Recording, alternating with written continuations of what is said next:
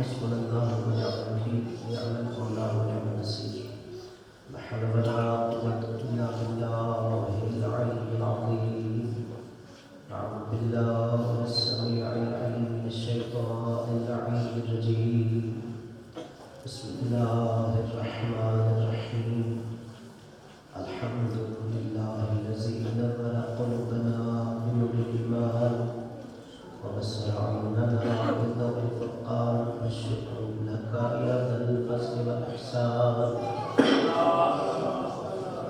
الصلاة والسلام على الذي جعلته سيدا في أول إيجاد الكون والمكان ثم لبسته ألف عام في بحور العلم والبرهان ثم الصلاة والسلام على ناصر شريعته وقاضي دينه ومنفذ أحكامه والمروج للإيمان والمدمر لأهل الكفر والفسوق والعصيان ثم الصلاة والسلام على زوجته التي نزل في تزويجها القرآن حيث قال سبحانه وتعالى مرج البحرين يلتقيان ثم الصلاة والسلام على اللؤلؤ والمرجان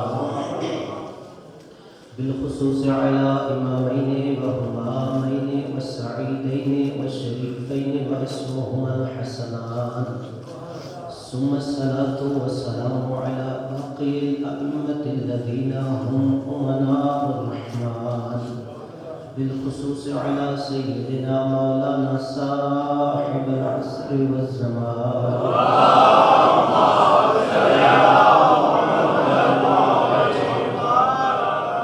صلوات الله على محبيه ولعنة الله على محبيه في كل حين وأبان أما بعد فقد قال الله سبحانه وتعالى في كتابه الفرقان بسم الله الرحمن الرحيم وإذ قالت الملائكة يا مريم إن الله اصطفاك وطهرك واصطفاك على نساء العالمين ووصف الاسم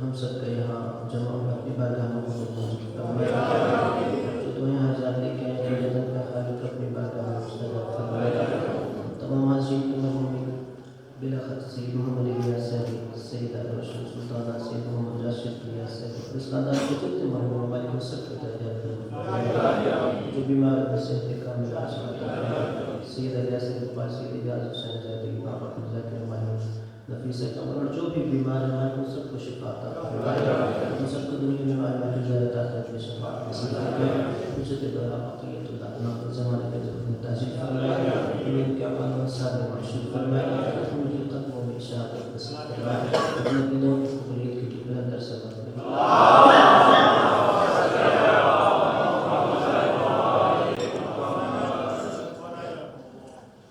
اذان گرامی صاحب نزل الخال برادران اسلام محبان جناب سیدہ سلام اللہ علیہ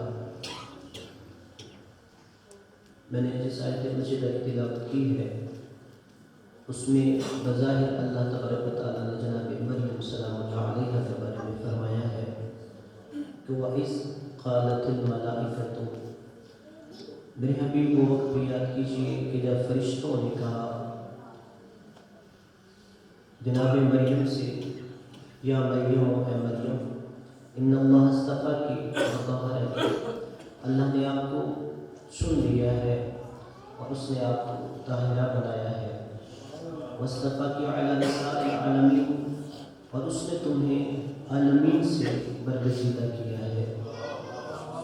آپ قرآن مجید پڑھیے کتنی ایسی آیتیں ہیں جن میں نبی کو بار بار یہ کہا جاتا ہے کہ وہ وقت یاد کرو، اور در حقیقت اس امت کو سمجھایا جاتا ہے کہ انہیں وہ واقعہ بھی یاد دلائیے، مثلا انہیں یاد کرواؤ کہ جب ہم نے آدم کے پتلے میں روح پھونک کی تھی، انہیں وہ وقت یاد کرواؤ کہ جب فرشتے آدم کو سجدہ کر رہے تھے، انہیں وہ وقت یاد دلاؤ کہ جب نوح سفینہ بنا رہے تھے، انہیں وہ وقت یاد دلاؤ کہ جب بطن ماہی میں یوسف تسبیح کر رہے تھے، انہیں وہ وقت یاد دلاؤ کہ جب موسیٰ عصا کو اژدہا بنا رہے تھے، انہیں وہ وقت یاد دلاؤ کہ جب ابراہیم چھری کے نیچے اپنا بیٹا اسماعیل لٹا رہے تھے۔ ہم کہیں گے بارے الہ ہمیں اتنے پرانے قصے، اتنی پرانی کہانیاں، پرانے لوگوں کے واقعات کیوں سنا رہا ہے؟ 2000 سال پرانے، 5000 سال پرانے، 7000 سال پرانے، 10,000 سال پرانے۔ خدا کہے گا اس لیے کہ یہ ہستیاں وہ ہیں جنہوں نے میرے سماج، میرے معاشرے پر احسان کیا ہے، اور قرآن تمہیں مزاج رحمان سمجھا رہا ہے کہ ہم کبھی احسان فراموش کو گوارا نہیں کرتے۔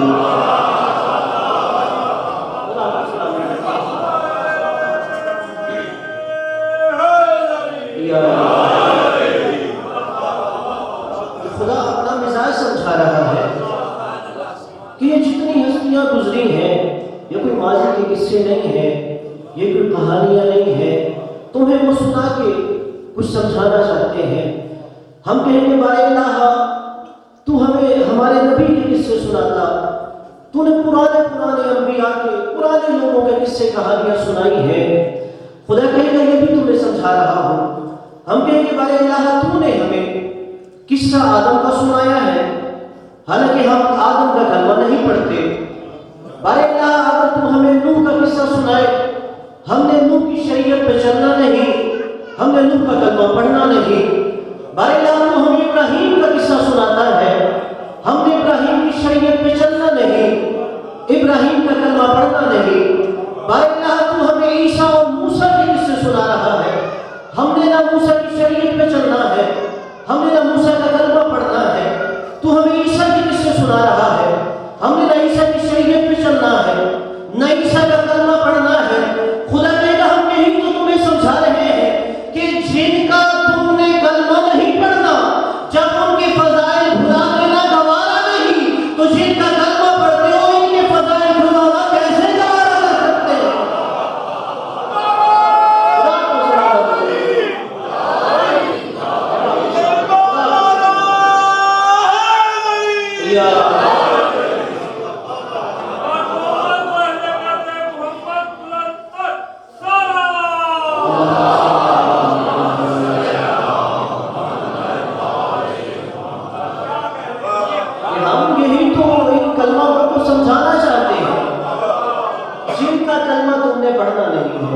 جن کی شریعت پہ تو نے چلنا نہیں ہے، ہمیں یہ گوارا نہیں کہ تم ان کے فضائل بھلا لو۔ تو ہم یہ کیسے گوارا کر سکتے ہیں کہ جن کا کلمہ بھی تم پڑھتے ہو اور ان کی شریعت پر بھی تم چلتے ہو کہ ان کے فضائل کو بھلا دو۔ اور پھر خدا جب بھی قرآن میں کوئی قصہ بیان کرتا ہے تو یقیناً وہاں کوئی نہ کوئی سبق ہوتا ہے۔ خدا نے کہا اگر تم نے قصہ آدم کا بھی پڑھا ہے تو وہاں بھی شان محمد بھی سمجھنا، اگر قرآن میں تم نے قصہ ابراہیم کا بھی پڑھا ہے تو وہاں سے مقام آل ابراہیم بھی سمجھنا، اگر تم نے قصہ نوح کا بھی سمجھ لیا تو وہاں سے محمد کی دور کے بھی سفینہ نوح بھی سمجھنا۔ کہا اگر تم نے موسیٰ کا بھی قصہ پڑھ لیا تو اس کا بھی مقام سمجھنا کہ جس کا مسلح پانی پہ ہوتا ہو، اگر تم قصہ یونس کا بھی سمجھ لو تو وہاں سے بھی شان محمد مصطفیٰ کی سمجھنا۔ ہم نے کہا یہ تو سمجھ آ گیا، چلو ان سارے نبیوں کے تو قصے بیان کر رہا ہے، کیا کہ ہمیں محمد کی شان سمجھ میں آ جائے، محمد کی آل کی شان سمجھ آ جائے، تو پھر ہمیں شان مریم کو سمجھا رہا ہے۔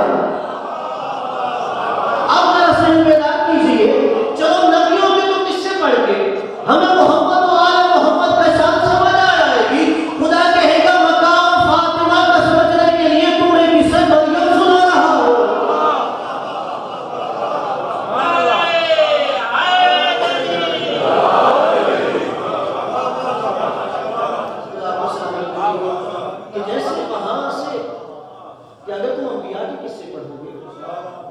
تو تمہیں نبی اور ان کی آل کا مقام سمجھ میں آئے گا.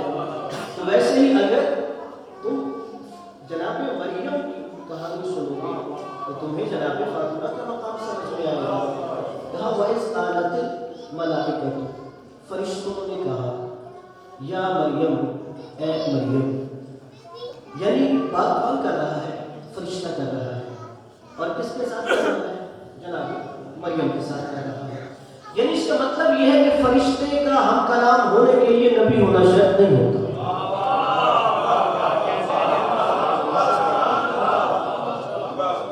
اس لیے کہ جب ہم دنیا کو مصحف فاطمہ بتائیں اور یہ بتایا جائے کہ نبی کے بعد جبرائیل ان کے پاس آتا, تو کہا جاتا ہے کہ اگر کوئی نبی یا رسول نہ ہو, امام نہ ہو, تو کیسے ممکن ہے کہ اس سے جبرائیل آ کے ہم کلام ہو جائے یا کوئی فرشتہ ہم کلام ہو جائے.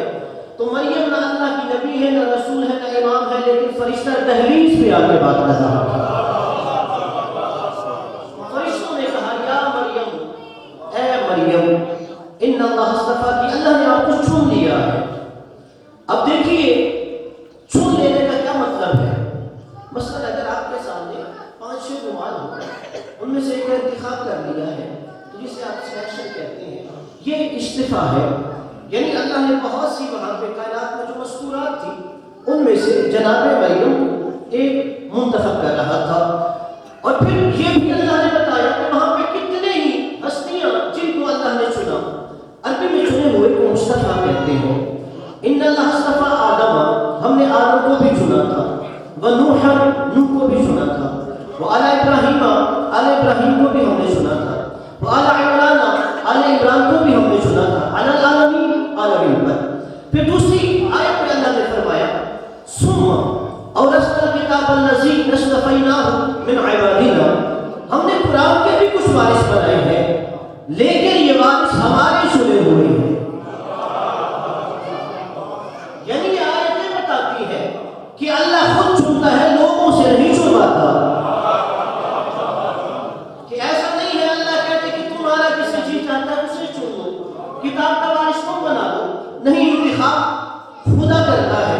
اب کہا مریم کو بھی ہم نے سن لیا تھا, ورنہ جہاں پر بھی قرآن میں لفظ اصطفیٰ آیا نبی کے لیے, رسول کے لیے, امام کے لیے, لیکن یہاں جہاں جناب مریم کی بات آئی, یعنی ہم نے مریم کو بھی سن لیا.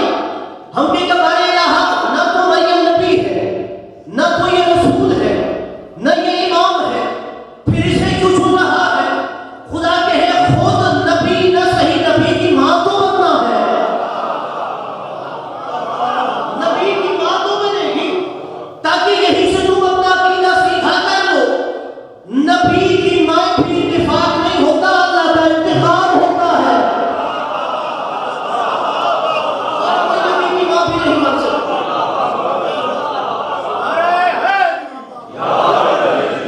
شاید میں نے دائرہ کچھ تنگ کر دیا ہو, ورنہ حقیقت یہ ہے کہ جو بھی معصوم کی ماں ہو,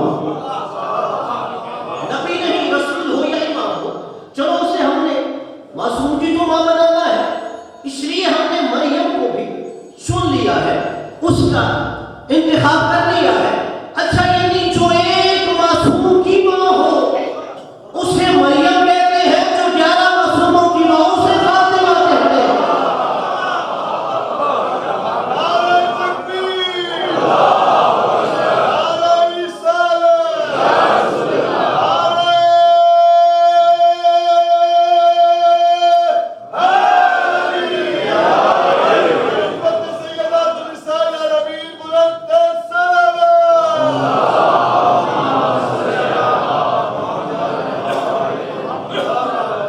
اس لیے مریم کو چنا کہ وہ معصوم کی ماں بننے والی تھی. تو یعنی جو ایک معصوم کی ماں ہے اسے مریم کہتے ہیں, تو جو 11 معصوموں کی ماں ہو اسے فاطمہ کہتے ہیں. اور پھر اگر آپ قرآن پڑھیں گے, ولادت عیسیٰ کے بعد جناب مریم کا تذکرہ ہے. یعنی جب مریم کی آغوش میں عیسیٰ آ گئے, کیا قرآن نے آنے کے بعد فضیلت بیان کی؟ نہیں, عیسیٰ کی ولادت سے پہلے مریم کے فضائل بیان کر رہا ہے. جناب عیسیٰ کے آنے کے بعد نہیں کہ ان کی ولادت ہو چکی ہو, پھر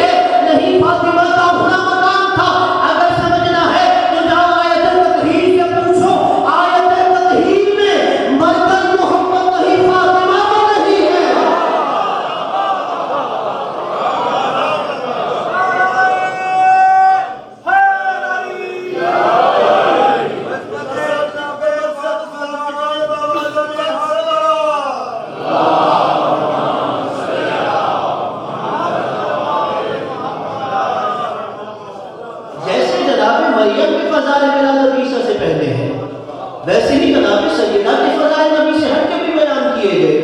کوئی یہ نہ سمجھے صرف محمد کی بیٹی ہونے کی وجہ سے یہ مقام ہے. تو اس لیے ہم نے آیت تطہیر میں محور و مرکز نبی کی ذات کو نہیں بنایا، ہم نے محور و مرکز سیدہ کی ذات کو بنایا ہے. کہ ہم نے یہ نہیں کہا کہ وہ محمد کی بیٹی ہے، یہ نہیں کہا محمد کے داماد ہے، یہ نہیں کہا کہ مصطفیٰ کے یہ نواسے ہیں. کہا ہم فاطمہ وابوہا وبعلوہا وبنوہا، وہ فاطمہ ہے، فاطمہ کے بابا ہے، فاطمہ کے شوہر ہے، فاطمہ کے بیٹے ہیں. اور یہاں سے ہم نے دنیا کو اہل بیت سمجھا دیے کہ محمد کے رشتہ دار اہل بیت نہیں، فاطمہ کے رشتہ دار ہیں. اللہ آپ کو سلامت رکھے اور آپ کو کسی کا محتاج نہ کرے.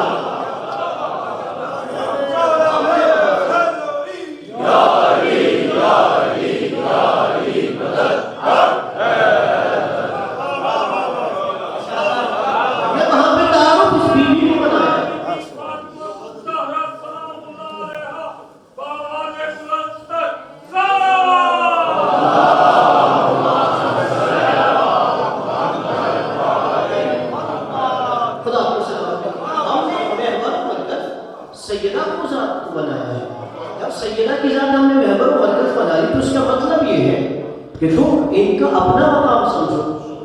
یہ نہ دیکھو کہ صرف یہ نبی کی بیٹی ہے، جیسے صرف جناب مریم کو نہ دیکھنا کہ وہ عیسیٰ کی والدہ ہے.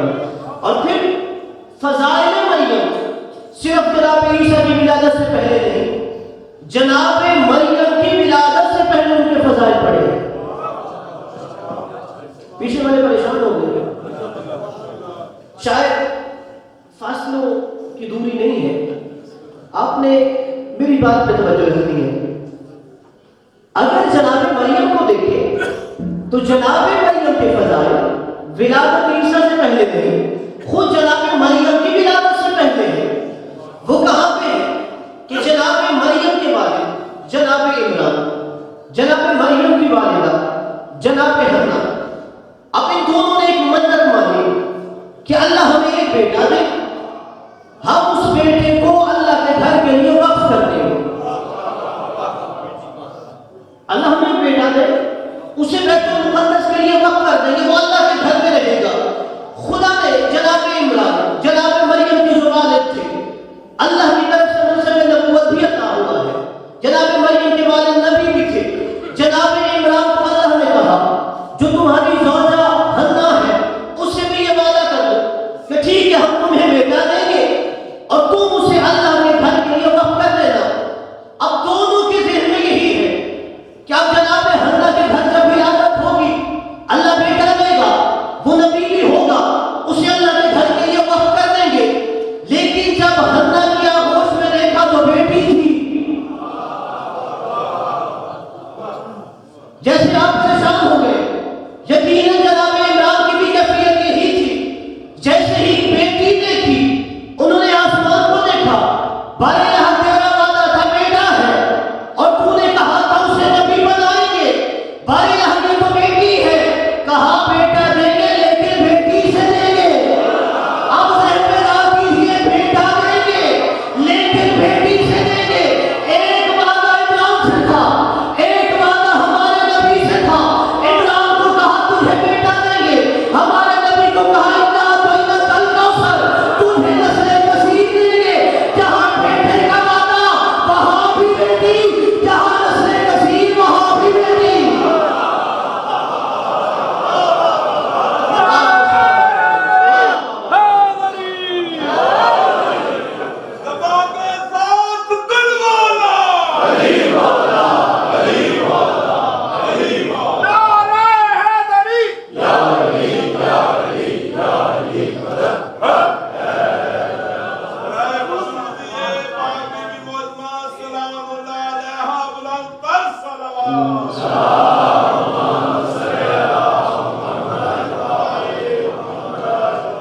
جناب عمران سے وعدہ کیا تھا، ہمارے یہاں تم نے کہا تھا بیٹا دیں گے، کہا بیٹا دیں گے لیکن اس بیٹی سے دیں گے.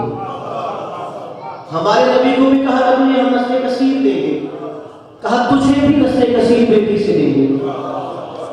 اب جہاں پہ بھی آپ قرآن پڑھیں گے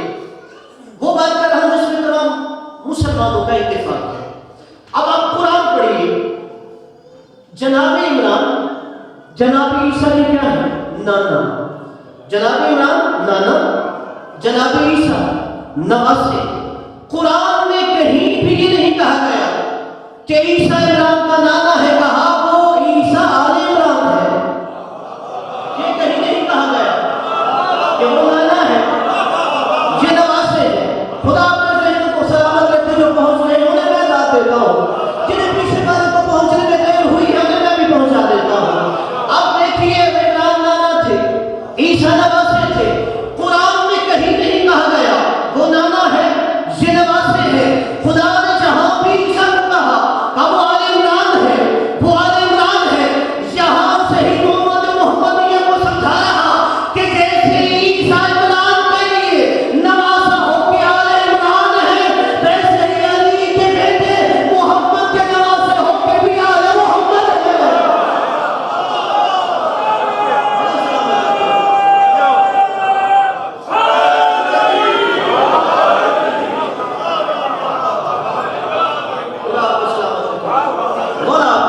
کیا بات ہے؟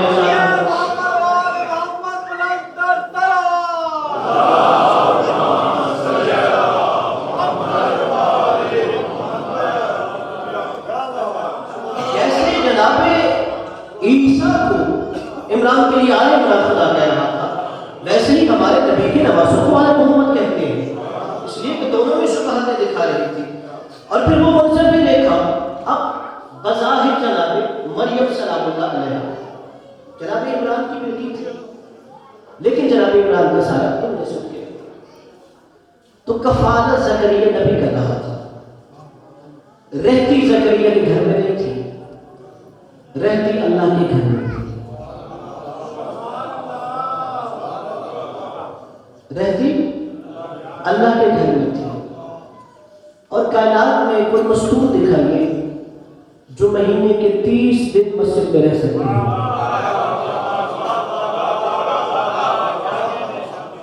گھر کے احکام اور ہوتے ہیں، مسجد بھی اور ہوتے ہیں. لیکن اللہ نے کہا مریم بتول ہے.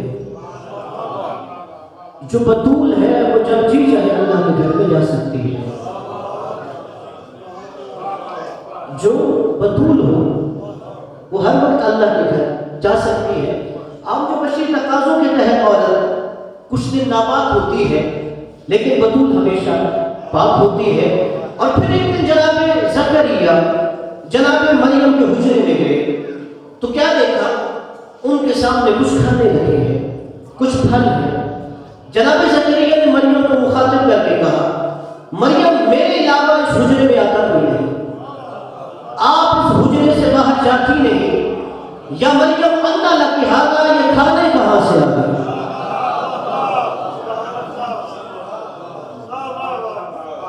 کہ میں صرف آتا ہوں اس حجرے میں، آپ یہاں سے باہر نہیں جاتی، تو یہ کھانے کہاں سے آ گئے؟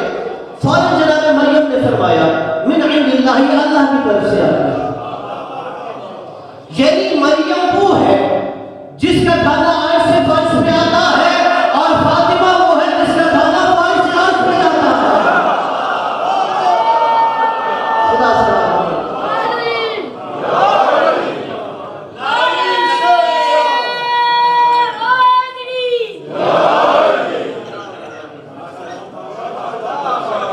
جس کا کھانا عرش سے فرش پہ آئے وہ مریم ہے، اور جس کا کھانا فرش سے عرش پہ جائے اسے فاطمہ کہتے ہیں. اور پھر اللہ نے وعدہ کیا تھا کہ ہم تجھے بیٹا دیں گے. وہ جناب مریم کی آغوش میں جناب عیسیٰ آئے، اور جیسے عیسیٰ آئے تو فوراً قوم نے اعتراض کیا. سورہ مریم یہاں سے شروع ہوتی ہے. جناب مریم سلام اللہ علیہ قوم کے سامنے آئی. قوم نے کہا نہ تمہارا باپ برا تھا، نہ اس میں نہ ماں بری تھی، تو یہ بن شادی کے بچہ کہاں سے لائی؟ جناب مریم کا چپ کا روزہ تھا، اس شریعت میں جائز تھا، ہمارے ہاں حرام ہے اسلام میں. جناب مریم نے چپ کے روزے کی وجہ سے بیٹے کی طرف اشارہ کیا، جو پوچھنا ہے اس سے پوچھو. قوم نے کہا یہ عجیب مذاق ہے، 3 دن کا بچہ کیا ماں کی عصمت کی گواہی دے گا؟ تو 3 دن کا عیسیٰ بولا انی عبد اللہ وآتانی الکتاب وجعلنی نبیا.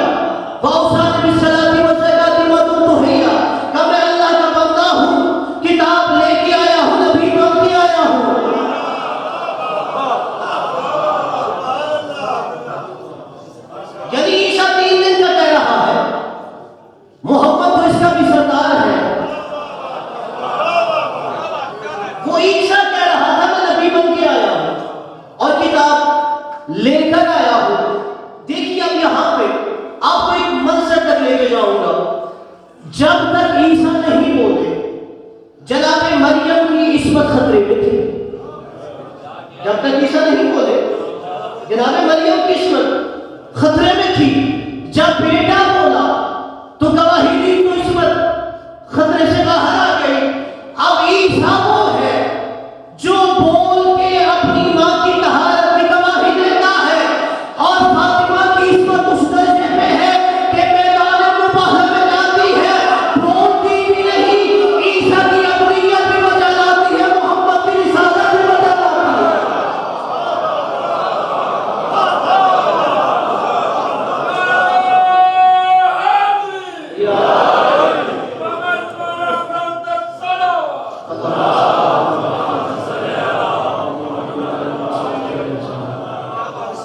وہاں پہ بول کے گواہی دی.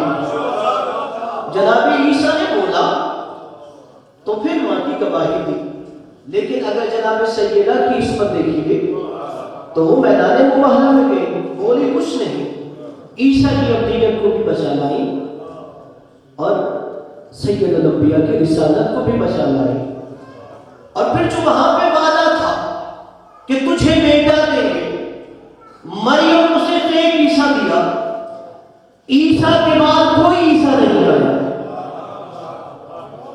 مریم کو ایک عیسیٰ ملا، پھر عیسیٰ کے بعد کہیں وہاں عیسیٰ نہیں آیا.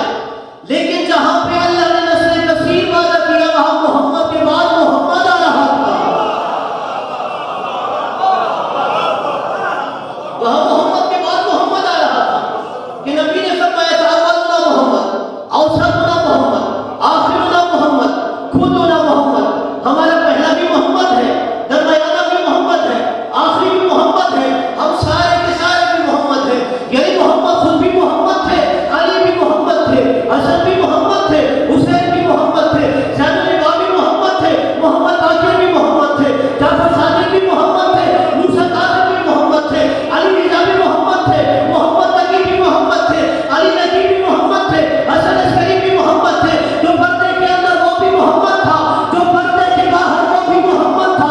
ایک صحابی تھا تو امام کے پاس آ گیا، مولا جب یہ کہہ دیا تھا پہلا بھی محمد ہے، درمیانہ بھی محمد ہے، آخری بھی محمد ہے، ہم 14 محمد ہیں، تو یہ بھی آپ کے دادا کہہ دیتے، یہ بھی نبی فرما دیتے پہلا بھی علی ہے، درمیانہ بھی علی ہے، آخری بھی علی ہے، ہم 14 علی ہے. جملہ میرا نہیں، میرا صحابہ امام کہہ رہا تھا کہ میرا جب کیسے کہہ دیتا جو لوگ خلیل کا ایک علی کمانا نہ کر سکے وہ 14 علی کیسے کمانا کرتے.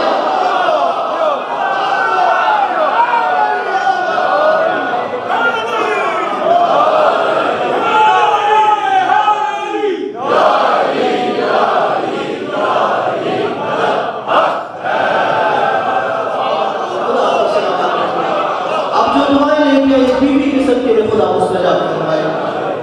خدا آپ کو کسی کا محتاج نہ فرمائے. کہا کیسے کہہ دیتے جو لوگ ایک علی برداشت نہیں کر سکتے وہ 14 علی کیسے برداشت کرتے. یہاں محمد کے بعد محمد آ رہے تھے. اور پھر اسی لیے شاید اللہ نے مقام سیدہ کو سمجھانا تھا. جہاں مریم کا بیٹا پردے میں ہے وہیں فاطمہ کا بیٹا بھی پردے میں ہے. دونوں کے بیٹے پردے میں ہیں. اب اگر دیکھنا ہو کہ مریم افضل ہے یا فاطمہ افضل ہے تو انتظار کیجئے دونوں کے بیٹے زمین پر آئیں گے.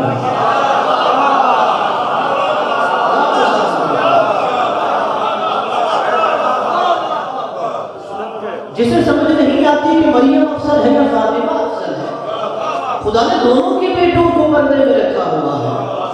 اور قیامت نہیں آئے گی جب تک فاطمہ کا بیٹا نہیں آیا. یعنی اس کے انتظار میں اللہ نے قیامت بھی روک رکھی ہے. اور کہا جب دونوں کے بیٹے آ جائیں گے تو عین وقت نماز ہو جائے گا. اب وہاں پہ دیکھنا ہے کہ فاطمہ کا بیٹا آگے ہوگا ہے یا مریم کا بیٹا آگے ہوگا. جب عین وقت نماز میں جناب امام زمانہ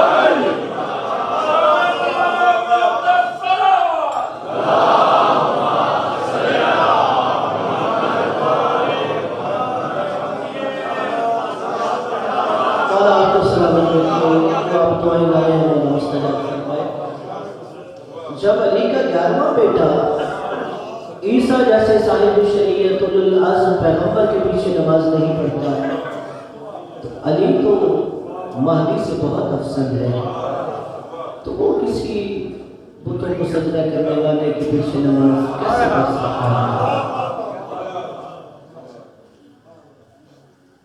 یقیناً وہ دل منور رہتے ہیں کہ جن میں نبی اور آل نبی کی محبت ہوتی ہے۔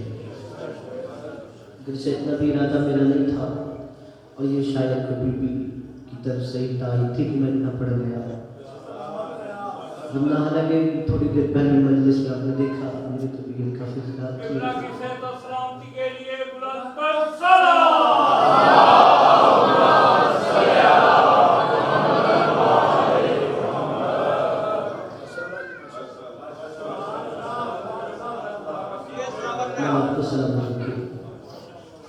جو اصل ہمارا ان ایام میں جمع ہونے کا مقصد یہی ہوتا ہے کہ اس بی بی کا ہم مقام و مرتبہ سمجھیں، پتہ ہونا چاہیے اس بی بی کی شان کیا تھی، مقام کیا تھا۔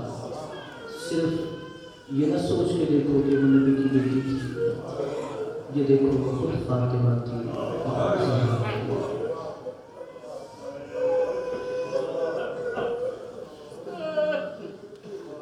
یقیناً ہر میں اہل بیت کے دل میں مناسب ہے، لوگوں نے فاطمہ کی حیثیت کو نہیں پہچانا۔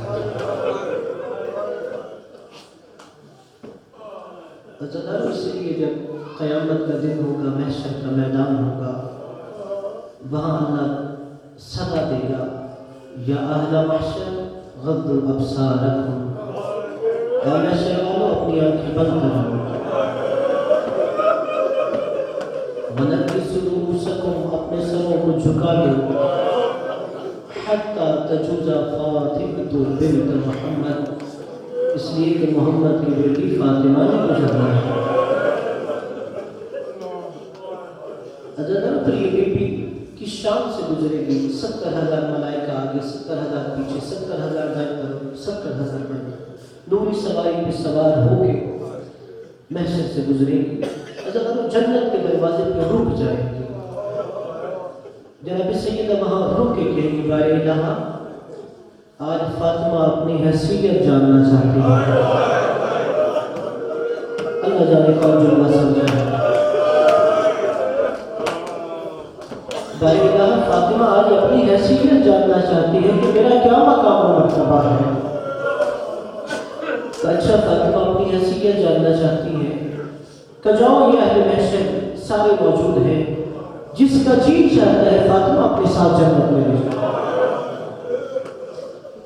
جناب فاطمہ محشر والوں پہ نگاہ دوڑائیں گے اور وہاں سے اپنے حکمرانوں کو چن لیں گے۔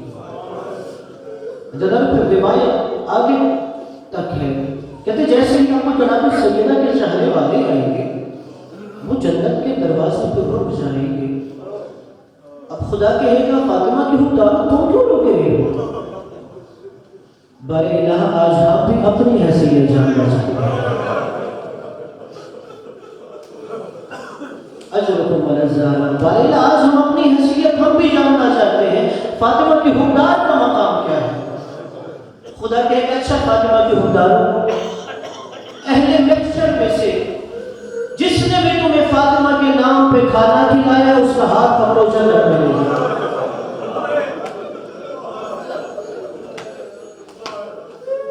دوسرا جملہ کہے گا خدا تم اپنا مقام جاننا چاہتے ہو، جاؤ اہل محشر میں سے جس نے بھی تمہیں فاطمہ کے نام پہ کپڑا پہنایا ہے اس کا ہاتھ پکڑو جنت میں لے جاؤ۔ ہو سکتا ہے کوئی تنگ دست ہو، کوئی غریب ہو، وہ بھی تو جناب سیدہ کا حکمران ہے۔ پھر خدا تیسری بات کہے گا کسی نے تمہیں فاطمہ کے نام پہ پانی بھی پلایا ہے تو ہاتھ پکڑو جنت میں لے جاؤ۔ وہ بھی ہے لیکن جب دنیا سے گئی تھی تو یہی کہتے ہی چلے گئے صبت علیہ مصائب لو انہا صبت علی الایام سرنا لیالیا۔ ساری زندگی فاطمہ علی سے بھی اپنے دکھ چھپاتی رہتی. آرام سے جتنا آپ حصہ دینا چاہتے میں بھی مسائل میں دخل نہیں کرتا. نبی کے ایک صحابی تھے، ابو رافع اس کا نام تھا، محب اہل بیت تھے. ان کی زوجہ کا نام سلمہ تھا. وہ اکثر جناب سیدہ کی بیماری کی حالت میں ان کے پاس آتی رہتی تھی. سلمہ کہتی ہے کہ میں نے دیکھا 40 دن سے زہرا مسلسل بستر میں شدید بیمار ہے. تو ایک دن میں نے دیکھا کہ زہرا کروٹیں بدلتی ہوئی بھی آہیں بھر رہی تھی. کہتی کہ میں منظر دیکھ کے جناب سیدہ کے گھر سے باہر نکلی. آگے سے مولا علی آ رہے تھے. کہ میں نے مولا علی سے کہا ایسے لگتا ہے اب محمد کی بیٹی زندہ نہیں رہے گی. مولا علی فرماتے ہیں میں گھر آیا، جناب سیدہ کی آنکھیں بند تھی. میں نے آواز دی فاطمہ، کوئی جواب نہیں آیا. میں نے کہا زہرا، کوئی آواز نہیں آئی. پھر میں نے کہا فاطمہ، کہ نبی کی بیٹی کی آنکھیں بند ہیں. روایت کے جملے ہیں اخذ رأسها على حجرها، مولا علی نے ان کا سر اپنی آغوش میں رکھا. کہا فاطمہ دیکھو علی تمہیں بلا رہا ہے. کہ بی بی نے آنکھیں کھولی. کہ علی آپ آ گئے؟ کہا میں آ گیا. کہ صرف میں علی اتنا کہنا چاہتی ہوں غسلنی وکفنی، علی مجھے خود غسل دینا، مجھے خود کفن دینا، اور علی صرف یہ خیال رکھنا کہ میرے بچے بہت چھوٹے ہیں. جن کی چھوٹی اولادیں ہیں اگر کوئی منت اللہ نہیں رونے کے لیے یہاں رونا نہ آئے تو سب کو جھکا کے بلا کر وقت مانگی. اس لیے کہ آج خود حسین دیکھ رہا ہوگا میری ماں کو کون کون روتا ہے. آج خود زینب سلام اللہ علیہا دیکھتی ہوگی میری ماں کی مصیبت میں کون روتا ہے. اور جو سید ہے میں ان سے معافی مانگ کے کہوں گا آپ کی تو ماں کا جنازہ اٹھایا جاتا ہے. سید کے گریے سے پتہ ہونا چاہیے کہ آج اس کی ماں کا دنیا سے جانے کا ہے. کہ علی میرے بچوں کا بہت خیال رکھنا. مولا نے کہا ہاں فاطمہ تمہارے بچے ہیں وہ علی کے بھی بچے ہیں. اچھا تر مولا کو پھر وصیتیں کرنا شروع کر دی کہ میرا جنازہ رات کی تاریکی میں اٹھانا. جن لوگوں نے فاطمہ کو ستایا ہے انہیں فاطمہ کی جنازے میں شریک نہ ہونے دینا. اچھا پھر روایت ملتی ہے کہ مولا علی علیہ السلام سے جب پوچھا گیا مولا کہ آپ کی سب اولادوں میں سے سب سے زیادہ کون فاطمہ کو یاد کر کے روتا تھا؟ کہا میرا حسن بیٹا. سب سے زیادہ حسن یاد کر کے روتا تھا. اور یہاں تک روایات میں ہے مولا حسن مدینے کی ایک گلی سے کبھی نہیں گزرا کرتے تھے. مدینے کی ایک گلی سے میرا مولا حسن کبھی نہیں گزرا کرتے تھے. جب پوچھا گیا مولا کیا وجہ ہے آپ اس گلی سے کیوں نہیں گزرتے تھے؟ تو اس لیے کہ ایک ملعون نے اس گلی میں میری ماں پہ ہاتھ اٹھایا تھا.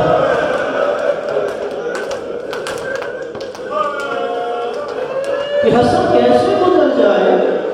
ذرا دعا مانگا کرو کبھی کسی کی چھوٹی اولاد کے سامنے اس کی ماں یا باپ پہ کوئی ہاتھ نہ اٹھائے گا.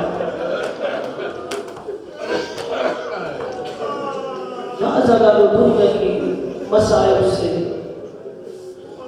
تنگ آگے دنیا کی قید سے آزاد ہو گئی تھی. جماعت اسلامی کو زیادہ میں غسل و کفن دے دیا گیا، جنازہ تیار ہو گیا.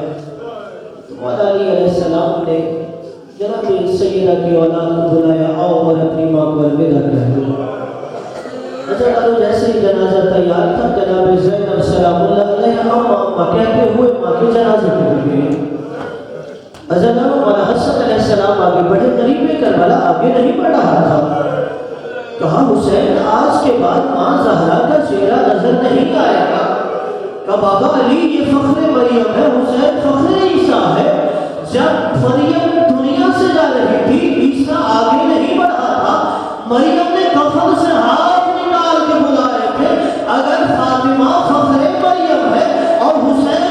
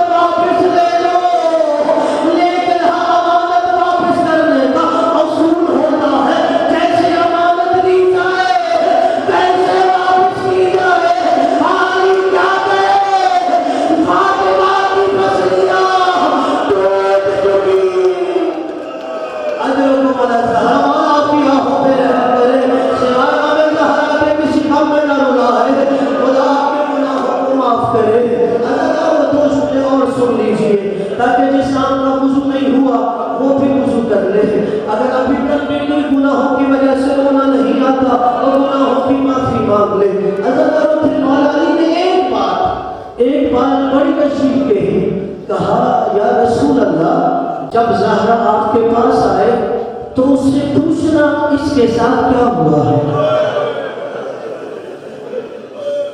پھر مولا نے دوسری دفعہ کہا یا رسول اللہ فاطمہ نہیں بتائے گی, آپ خود پوچھئے گا کہ فاطمہ پہ کیا گزری ہے. عزیزان اس لیے کہ علی مولا جانتے تھے کہ فاطمہ تو مجھ سے بھی اپنا غم چھپاتی ہے, اس لیے کہ سلمان فارسی کہتا ہے کہ جب نبی کی بیٹی دنیا سے رخصت ہو گئی تو میں دیکھتا ہر روز میرا مولا مدینے کے باہر چلا جاتا ہے. میں سوچا کرتا اللہ جانے میرا مولا کہاں جاتا ہے. ایک دن میں نے سوچا میں مولا کے پیچھے پیچھے جاؤں گا, تو میں نے دیکھا مولا مدینے کے باہر گئے, ایک درخت کی اور کا سہارا لیا, میرا مولا کھڑے مار مار کے رونے لگا. میں حیران ہو گیا, 25 سال کا غریب جوان علی, حضرت خیبر کا فاتح علی اس ویرانے میں کھڑے مار مار کے روتا ہے. اب میں آگے بڑھا, مولا کے قدموں پہ ہاتھ لگایا, مولا ایسا کون سا غم ہے کہ یہاں ویرانے میں آتے روتے ہو. کہ سلمان فارسی محمد کی بیٹی دنیا سے چلی گئی, علی کو یہ بھی نہ بتایا اس کی پسلیاں ٹوٹ چکی تھی. مولا اپنی آہوں پہ رحم کرے, مجھے نہیں بتایا تھا اللہ نے کہ زہرا کی پسلیاں ٹوٹ چکی ہے. پھر ایک ظلم ایسا بھی تھا کہ مولا حسن دیتے ہوئے بھی تھانے مار مار کے رو رہے تھے. مقتل کی کتابوں میں ہم 3 جنازے ایسے تھے کہ جن کو حسن دیتے ہوئے بھی غسال تھانے مار مار کے رو رہے تھے. عزیزان ایک جنازہ میرے چوتھے امام سید الساجدین کا تھا. دوسرا جنازہ حسین کی 4 سالہ بیٹی سکینہ کا تھا. تیسرا جنازہ جناب سیدہ سلام اللہ علیہ کا تھا. عزیزان جب تھانے مار مار کے روئے تو زینب سلام اللہ علیہ پریشان ہو گئی. جیسے ہی مولا باہر آئے کہا بابا تھانے مار مار کے کیوں رو رہے تھے. کہا آج بھی میں نے دیکھا کہ فاطمہ کے بازو پہ تاغیانے کا زخم تازہ تھا, آج بھی وہ زخم تازہ تھا. اور عزیزان ایک دفعہ سلیم نبی کا صحابی ہے, مولا علی کا بھی صحابی ہے. سلیم آیا مولا علی کی بارگاہ میں, مولا علی کو کہتا ہے کہ مولا کیا وجہ ہے. یہ جو دوسرا شخص ہے اس نے مختلف لوگوں کے وظیفے لگا رکھے تھے, ہر ایک کا وظیفہ کم ہو گیا ہے لیکن کنفذ کا وظیفہ کم نہیں ہوا. اس نے ہر بندے کا وظیفہ آدھا کر دیا ہے لیکن کنفذ کو پورا دیتا ہے. مولا علی کی آنکھوں سے آنسو آ گئے. مولا علی کو کہا مولا روتے کیوں ہو.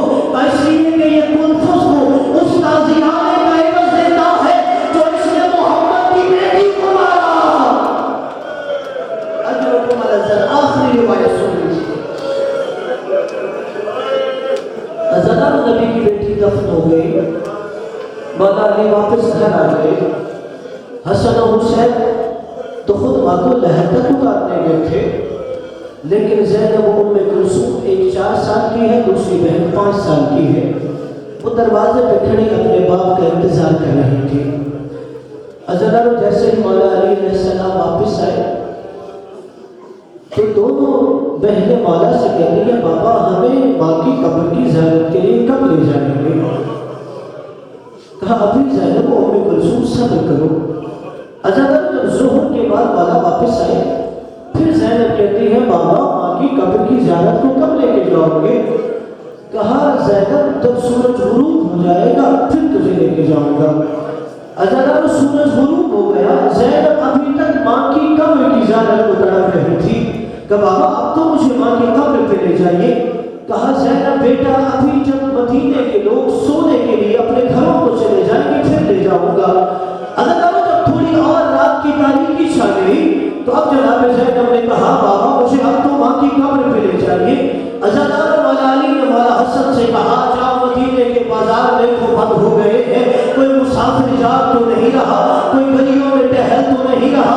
مولا حسن نے دیکھا, کہا بابا کوئی مدینے میں نہیں جاگ رہا, بابا کوئی مسافر ابھی تک نہیں جاگ رہا, بابا کوئی مدینے کی گلیوں میں نہیں چل رہا.